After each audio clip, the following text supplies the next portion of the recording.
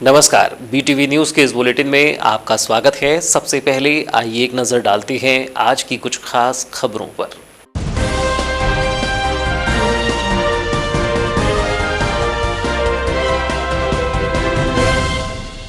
प्रदेश में फिर हो रहा है कोरोना का पलटवार। प्रदेश शासन ने जारी किए नए दिशा निर्देश। बालाघाट जिले में लागू की गई धारा 144। कोरोना संक्रमण को रोकने कलेक्टर ने दिए निर्देश। जिले में रात्रि 10 से जारी किया गया नाइट कर्फ्यू। रोको टोको अभियान के तहत कार्यवाही हुई प्रारंभ। कोतवाली थाना क्षेत्र में बढ़ रही है चोरी की वारदात। नकाबपोश युवक ने पार किया मोबाइल फोन। पौष इलाके हाउसिंग बोर्ड कॉलोनी प्रेमनगर का है मामला। सीसीटीवी कैमरे में पूरी वारदात हुई कैद। ब्रेड बेचने आया था नकाबपोश युवक, मोबाइल किया पार।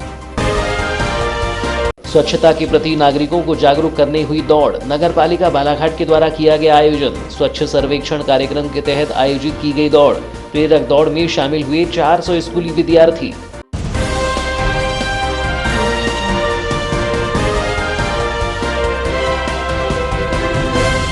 और अब समाचार विस्तार से। महाराष्ट्र में कोरोना के केस तेजी से बढ़ने से सरकार और प्रशासन ने एक बार फिर अलर्ट जारी कर दिया है। कोरोना के संक्रमण से बचाव के उपाय अपनाने के साथ ही एहतियातन प्रशासन ने जिले में धारा 144 लागू कर दी है। कलेक्टर दीपक आर्य ने कोविड-19 से सुरक्षा के उपाय पालन कराने के निर्देश जारी कर दिए हैं। जिले में रात 10 बजे से सुबह 6 बजे तक कर्फ्यू रहेगा। सीमाओं में भी चौकसी बढ़ाने की तैयारी की जा रही है। बाहरी व्यक्ति के प्रवेश को लेकर भी पूर्व की तरह सतर्कता बरतने की कार्यवाही की जा रही है। प्रदेश में एक बार फिर कोरोना वायरस पैर पसार रहा है। इंदौर और भोपाल में लगातार पॉजिटिव केस बढ़ रहे हैं। महाराष्ट्र में कोरोना ने गंभीर रूप धारण कर लिया है। संक्रमण के बढ़ते मामलों को देखते हुए अपर मुख्य सचिव गृह डॉक्टर राजेश राजौरा ने 22 फरवरी को आदेश जारी करते हुए भोपाल, इंदौर, होशंगाबाद, बैतूल, सिवनी, छिंदवाड़ा, बालाघाट, बड़वानी, खंडवा, खरगोन, बुरहानपुर, अलीराजपुर और महाराष्ट्र राज्य के सीमावर्ती जिलों के कलेक्टरों को 23 फरवरी को जिला क्राइसिस मैनेजमेंट कमेटी की बैठक अनिवार्य रूप से करने के निर्देश दिए थे। बता दें कि मध्य प्रदेश में कोरोना संक्रमण के मामले एक बार फिर से बढ़ रहे हैं। बीते 24 घंटों में मध्य प्रदेश में 294 मामले सामने आए हैं। इंदौर में कोरोना संक्रमण के मामलों में वृद्धि हुई है। सोमवार को हेल्थ विभाग द्वारा जारी बुलेटिन के अनुसार इंदौर में 104 और भोपाल में 76 मामले सामने आए हैं, जबकि प्रदेश भर में कुल 294 मामले सामने आए हैं। वहीं 241 लोग स्वस्थ होकर अपने घर गए हैं। प्रदेश में अभी एक्टिव केसों की संख्या 2104 है। इधर 23 फरवरी को शासन से मिले निर्देश के बाद कलेक्टर दीपक आर्य ने कोरोना के संक्रमण से बचाव के उपाय अपनाने के साथ ही जिले में धारा 144 लागू कर दी है। कलेक्टर दीपक आर्य ने कोविड-19 से सुरक्षा के उपाय अपनाने के साथ ही कर्फ्यू का सख्ती से पालन कराने के निर्देश जारी कर दिए हैं। जिले में रात 10 बजे से सुबह 6 बजे तक कर्फ्यू रहेगा। सीमाओं में भी चौकसी बढ़ाने की तैयारी की जा रही है। बाहरी व्यक्ति के प्रवेश को लेकर भी पूर्व की तरह सतर्कता बरतने की कार्यवाही की जा रही है। इस संबंध में अपर कलेक्टर शिव गोविंद मरकाम ने बताया कि जिले में धारा 144 के साथ साथ नाइट कर्फ्यू रहेगा। साथ ही जिले की संपूर्ण राजस्व सीमाओं में 5 या उससे अधिक लोग एक जगह एकत्रित नहीं होंगे। ऐसा पाए जाने पर संबंधित के विरुद्ध कानूनी कार्यवाही की जाएगी। कोरोना के संक्रमण से बचाव और सुरक्षा की दृष्टि से कोविड-19 की गाइडलाइन का पालन कराने पर जोर दिया जा रहा है। व्यापारी आमजन को शारीरिक दूरी का पालन करने और घरों से बाहर निकलने पर अनिवार्य रूप से मास्क लगाने के निर्देश जारी किए गए हैं। किसी भी प्रकार के सार्वजनिक आयोजन और मेले के लिए अनुविभागीय दंडाधिकारी की अनुमति लेनी होगी। हुआ है कि अभी जो कोरोना है अभी और बढ़ने की संभावना है और नज़दीकी हमारे जो महाराष्ट्र राज्य है उसमें नागपुर वगैरह में ज़्यादा संख्या बढ़ रही है। तो उसको देखते हुए धारा 144 लागू की गई है। रात्रि के 10 से 6 बजे तक प्रभावशील होगी और इसमें बिना किसी वैध कारण के आमजन आवागमन पूर्णतः प्रतिबंधित रहेंगी और व्यापारी और व्यवसायी को सोशल डिस्टेंसिंग और मास्क का उपयोग अनिवार्य किया गया है। और जो सार्वजनिक कार्यक्रम और मेला आयोजन जो इस माह मेला का आयोजन किया जाता है उसको पूर्णतः प्रतिबंधित किया गया है। सर, शादी समारोह के लिए भी कोई दिशा निर्देश है? शादी के लिए जैसे होता है कि ज़्यादा संख्या में है उसके लिए अनुभागीय दंडाधिकारी से अनुमति लेना पड़ेगा और सोशल डिस्टेंसिंग का पालन करते हुए मास्क का उपयोग करके ही उसको अनुमति दी जाएगी। सर ये इतवारी ट्रेन अभी चालू जो महाराष्ट्र प्रदेश शासन के बाद जारी किए गए अलर्ट के बाद 22 फरवरी की देर शाम से ही नगर पालिका के द्वारा नगर में मुनादी कार्य प्रारंभ कर दिया गया, जो कि 23 फरवरी को भी जारी रहा है, जहां नगर पालिका के अमले ने कोरोना संक्रमण से बचने के लिए प्रशासन द्वारा तय किए गए नियमों की जानकारी नगर की जनता से साझा की। देनी है जो आपके समक्ष मास्क लगा के उपस्थित होते हैं। साथ ही अपने यहाँ कार्यरत कर्मचारी से लेकर आपको स्वयं को तक के मास्क लगा के रखना है। अपने व्यवसाय स्थल पर सैनिटाइजर का इस्तेमाल करना है। ग्राहकों से सोशल डिस्टेंसिंग का पालन करवाना है सुरक्षा की दृष्टि के चलते। और जो ग्राहक आपके समक्ष मास्क लगा के उपस्थित होते हैं, आपको उन्हें ही सामग्री देना है। साथ में उनका नाम, मोबाइल नंबर तथा पता लिखकर एक रजिस्टर संदर्भित करना है सुरक्षा की दृष्टि के चलते। ऐसा न करने की स्थिति में प्रशासनिक अमलों के द्वारा आप तमाम व्यवसाय बंधुओं के खिलाफ भी चालानी कार्रवाई की जाएगी, जिसकी संपूर्ण जवाबदारी आप स्वयं व्यवसायिक बंधुओं की होगी।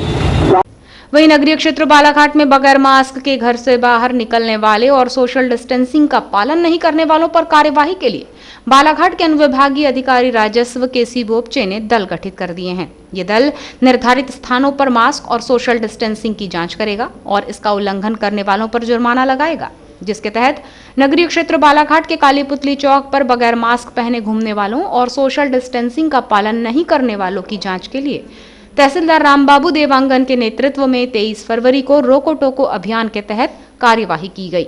इस दौरान बिना मास्क पहने आवागमन कर रहे लोगों पर चालानी कार्यवाही भी की गई।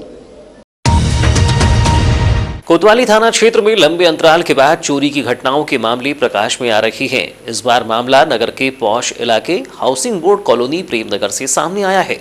यहां अज्ञात नकाबपोश युवक ने मौके का फायदा उठाकर एक घर से मोबाइल फोन पार कर दिया, जिसकी कीमत लगभग 15,000 रुपये बताई जा रही है। इस संबंध में पीड़िता और कॉलोनी निवासी मालती कश्यप ने बताया कि सुबह तकरीबन 8:45 बजे एक साइकिल सवार नकाबपोश युवक घर के सामने आया और ब्रेड चाहिए क्या ये पूछा। मैंने कहा हाँ और रुपये लेने घर के अंदर गई और 100 का नोट लेकर आई, जिसकी चिल्लर युवक के पास नहीं थी, जो अपनी साइकिल वहीं खड़ी कर चिल्लर लेने चला गया। दोबारा आने पर युवक घर के गेट के अंदर तक आया। चूंकि ब्रेड के 2 पैकेट 55 रुपये के थे, अतएव मैंने 5 रुपये का सिक्का लेने फिर घर के अंदर गई। संभवतः इसी दौरान युवक ने हॉल की टेबल पर रखे मेरे मोबाइल फोन पर हाथ साफ कर दिया। युवक के इस कारनामे की करतूत हमारे पड़ोसी के सीसीटीवी कैमरे में कैद हो गई है, जिसकी शिकायत कोतवाली में दर्ज करा दी गई है। नवेगांव थाना क्षेत्र अंतर्गत वार्ड क्रमांक 33 गायखुरी स्कूल के समीप निवासरत एक 33 वर्षीय युवक का पॉलिटेक्निक कॉलेज परिसर में मौजूद एक कुएं में शव मिलने से क्षेत्र में सनसनी का माहौल व्याप्त हो गया, जिसके बाद स्थानीय रहवासियों ने मामले की जानकारी ग्रामीण थाना नवेगांव में दी, जहां शाम 7:30 बजे कुएं से एक युवक का शव निकाला जा सका। पुलिस ने पंचनामा कार्यवाही कर शव को पीएम के लिए भेज दिया है, जिसका 24 फरवरी को पीएम कराया जाएगा। फिलहाल शव को जिला चिकित्सालय के मरचूरी में रखा गया है। घटना के संबंध में जानकारी देते हुए वार्ड के पूर्व पार्षद योगेश बिसेन ने बताया कि गायखुरी स्कूल के पास निवासरत मृतक भूषेक दांडेकर 22 फरवरी से लापता था, जिसकी शिकायत उनके परिजनों के द्वारा 22 फरवरी की रात्रि में नवेगांव थाने में दर्ज कराई गई। 23 फरवरी की दोपहर में पॉलिटेक्निक कॉलेज प्रबंधन के द्वारा बताया गया कि कॉलेज परिसर में मौजूद एक कुएं में एक शव है, जिसे देखने पर प्रथम दृष्टया वो मृतक भूषेक जैसा ही दिखा, जिसकी जानकारी नवेगांव थाने को दी गई। उन्होंने बताया कि मृतक के परिजनों ने कहा कि मृतक विगत दिनों से मानसिक रूप से परेशान रहता था, शायद इसी वजह से ये घटना घटित हुई हो। भैया अभी कुएं में लाश मिली है पॉलिटेक्निक कॉलेज के अंदर, कैसी क्या घटना है और क्या जानते हैं? ये घटना कल सुबह से यानी कल रात से कहना चाहिए, कल सुबह से लड़का गायब था। क्या नाम? भूषेक दांडेकर, ये मेरे घर के पीछे ही रहता है। इसी कंप्लेंट भी हमने करे हैं कल रात में नवेगांव थाने में। अच्छा। तो इसको ढूंढ तो रहे थे, लेकिन अभी पता चला काले जादों के इससे किसी यहाँ एक बॉडी दिखी है, तो उसको देखने से जो लग रहा है अभी वो उसी की है। तो कितने दिन से लापता थे? ये परसों कहने कल सुबह से रात से किसी को दिखा नहीं। रात में सब सोए थे, खाना खा के पता चला था। अच्छा। खाना खा के सोए हैं, तो यह जब सवेरे उठे तो इससे घर में इसके भाई ने बताया कि मैं कि घर पे लड़का नहीं। तो ये हुआ ये यहीं रहते थे कि कहीं गाँव के हैं? यहीं बाहर के रहने वाले हैं, लेकिन पिछले 20 सालों से लगभग यहीं पर हैं। अच्छा। क्या उम्र होगी इनकी? लगभग 35 साल है। 35 साल का। क्या हो सकता है ऐसा जो ये अब ये तो परिदृश्य में पता चलेगा। अब थोड़ा सा बातचीत करना पड़ेगा। ऐसा लग रहा था कि थोड़ा सा मानसिक से था, परेशान था। घर वालों के अनुसार बताए अनुसार थोड़ा सा मानसिक में उसकी तकलीफ थी, लेकिन अच्छा नहीं लग रहा है ऐसा कुछ बोल रहा था, लेकिन खाना खा के सो गया था, ऐसा घर वालों ने बताए थे। उसी को लेके अपने कल थाने भी गए थे, वहाँ भी सारी रिपोर्ट इसी टाइप की है। आपका नाम? मैं योगेश बिसेन, वार्ड नंबर 33 से। फिलहाल मामले में ग्रामीण थाने ने मर्ग कायम कर मामले को विवेचना में लिया है, जबकि रात हो जाने पर 23 फरवरी को मृतक का पोस्टमार्टम नहीं कराया जा सका, जिसका 24 फरवरी की सुबह पोस्टमार्टम कराया जाएगा।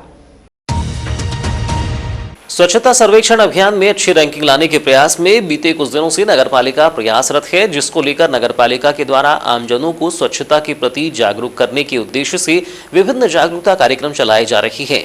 इसी तारतम्य में 23 फरवरी की प्रातः नगरपालिका के द्वारा नगर में प्रेरक दौड़ का आयोजन किया गया, जिसमें एनसीसी कैडेट्स और स्कूली बच्चे शामिल हुए। मुख्य नगरपालिका अधिकारी सतीश मटसिनिया ने बताया कि पूरे भारतवर्ष में स्वच्छता सर्वेक्षण 2021 के तहत नगरपालिका क्षेत्रों में स्वच्छ सर्वेक्षण कार्यक्रम वृहद स्तर पर चलाया जा रहा है। बालाघाट नगरपालिका क्षेत्र में भी स्वच्छता के प्रति आम नागरिकों को जागरूक करने के लिए नगरपालिका के द्वारा प्रयास किए जा रहे हैं। उन्होंने बताया कि बालाघाट नगरपालिका परिषद 3 स्टार और ODF AA+ रैंक प्राप्त करने के लिए प्रयासरत है, जिसके तहत आज नगरपालिका परिषद के द्वारा प्रेरक दौड़ का आयोजन किया गया है, जिसमें एनसीसी कैडेट्स और स्कूली विद्यार्थियों ने हिस्सा लिया है। जैसा कि हम लोग जानते हैं कि पूरे भारतवर्ष में प्रतिवर्ष और उसी क्रम में हमारे मध्य प्रदेश में भी प्रतिवर्ष स्वच्छता सर्वेक्षण आयोजित किया जा रहा है। एक भारत सरकार का योजना है हमारे सभी शहरों को, पूरे देश को स्वच्छ बनाने के लिए, पूरे देश को ODF+ बनाने के लिए, पूरे देश को स्टार रैंकिंग में 5 स्टार लाने के लिए और इससे अधिक भी 7 स्टार, वाटर प्लस, इस प्रकार की कई प्रकार की कैटेगरी बनाई गई है। तो नगर पालिका बालाघाट के द्वारा 3 स्टार और ODF++ का टारगेट रखा गया है कि हम कम से कम ODF++ रैंक को प्राप्त करेंगे और 3 स्टार रैंक को प्राप्त करेंगे। तो ये रैंक हमें तभी प्राप्त होंगी जब हम स्वच्छता के क्रम में स्वच्छता के प्रोटोकॉल को हम पालन करेंगे। जैसे कि 2 डस्टबिन का प्रयोग करें, गाड़ी के 4 कंपार्टमेंट होते हैं, 4 कंपार्टमेंट में जो कचरा, गीला सूखा कचरा है, इलेक्ट्रॉनिक गुड्स है और हमारे सैनिटरी पैड्स और डायपर है, तो अलग अलग प्रकार का कचरा गाड़ी में अलग अलग कंपार्टमेंट में ही डालें, जिससे कि उनका उचित डिस्पोजल हो सके और इस कचरे से उल्टा नगर पालिका को रेवेन्यू मिल सके। और हमारे इस प्रकार से पूरे शहर में स्वच्छता का वातावरण होगा तो हमारा स्वास्थ्य भी स्वस्थ रहेगा, हमारा शहर भी स्वस्थ रहेगा। तो इसी क्रम में स्वच्छता सर्वेक्षण 2021 को सफल बनाने के लिए इस प्रेरक दौड़ का आयोजन नगर पालिका के द्वारा किया गया है। बता दें कि दौड़ में लगभग 400 धावक मौजूद रहे, जिन्होंने स्वच्छता के प्रति आम नागरिकों को जागरूक करने के उद्देश्य से नगर के कालीपुतली चौक से दौड़ लगाई। यह जागरूकता दौड़ कालीपुतली चौक से अंबेडकर चौक से जयस्तंभ चौक से पुनः कालीपुतली चौक में समाप्त हुई। इस दौरान स्कूली विद्यार्थियों ने हाथों में स्वच्छता को लेकर स्लोगन से लिखी तख्तियां भी मौजूद रही। श्री जैन भागवती दीक्षा महोत्सव हेतु आचार्य भगवंत श्रीजिन पीयूष सागर जी, सुरेश्वर जी महाराज साहब आदि ठाणा, परम पूज्य प्रियंकरा जी महाराज साहब, परम पूज्य जिन शिशु प्रज्ञा श्री जी महाराज साहब आदि ठाणा 15 का मंगलवार की दोपहर 4 बजे बालाघाट की धरा से विहार हो गया। श्री पार्श्वनाथ जैन श्वेतांबर मंदिर से कालीपुतली जयस्तंभ चौक से होते हुए गर्रा नाका एवं वहां से लालबर्रा रोड सतपुड़ा ITI माझापुर गर्रा पहुंचे, जहां रात्रि विश्राम होगा एवं बुधवार की प्रातः 5 बजे पुनः लालबर्रा के लिए विहार प्रारंभ होगा। उल्लेखनीय है कि 21 जैन संतों के समूह में नूतन दीक्षार्थी कृपा निधि मसा एवं कर्तव्य निधि मसा भी विहार के लिए चल पड़े हैं। विजुअल। इस दौरान बड़ी संख्या में सामाजिक जन सहित नगर के अन्य सामाजिक संगठन के पदाधिकारी, राजनीतिक पदाधिकारीगण व गणमान्य नागरिक भी मौजूद रहे।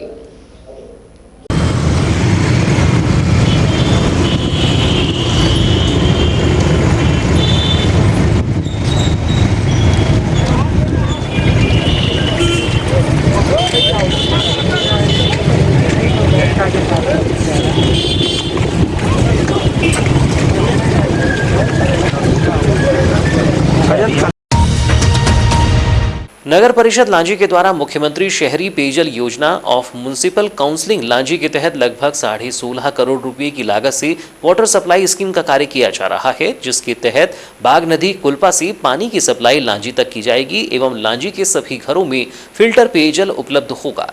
लेकिन वर्तमान समय में इस कार्य को प्रारंभ होकर 2 वर्ष से अधिक का समय हो चुका है। फरवरी 2020 को यह कार्य पूर्ण हो जाना चाहिए था, लेकिन कच्छप गति से चल रहे निर्माण कार्य के चलते अब भी यह योजना पूर्ण नहीं हो पाई है। बता दें कि 2 वर्ष पूर्व संविदाकार न्यू इंडिया एंड सन्स के द्वारा 16.5 करोड़ रुपए के उक्त कार्य को 10% कम दर पर निविदा प्राप्त की गई थी, जिसमें संविदाकार को 3 पानी की टंकी, पाइपलाइन, इंटेकवेल, कुल्पा नदी से पाइपलाइन लांजी तक, सभी घरों में पाइपलाइन कनेक्शन और बकरा मुंडी में फिल्टर प्लांट तैयार करना है, जो कि संविदाकार के द्वारा बेहद ही धीमी गति से करवाया जा रहा है।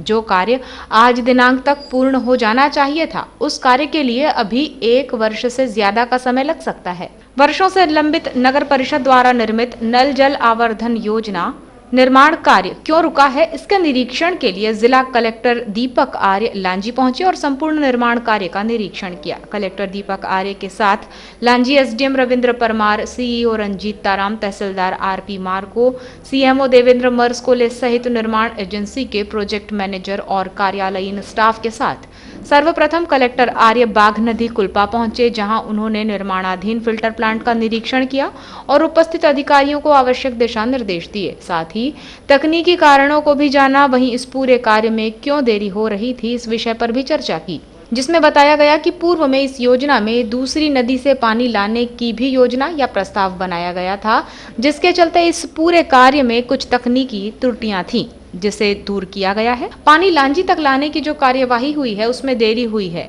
जिसका निरीक्षण कर निराकरण निकाला गया है। मेरा मानना है कि आने वाले वर्ष में ये योजना पूर्ण हो जाएगी और स्थानीय वासियों को इसकी सुविधा मिलना प्रारंभ हो जाएगी।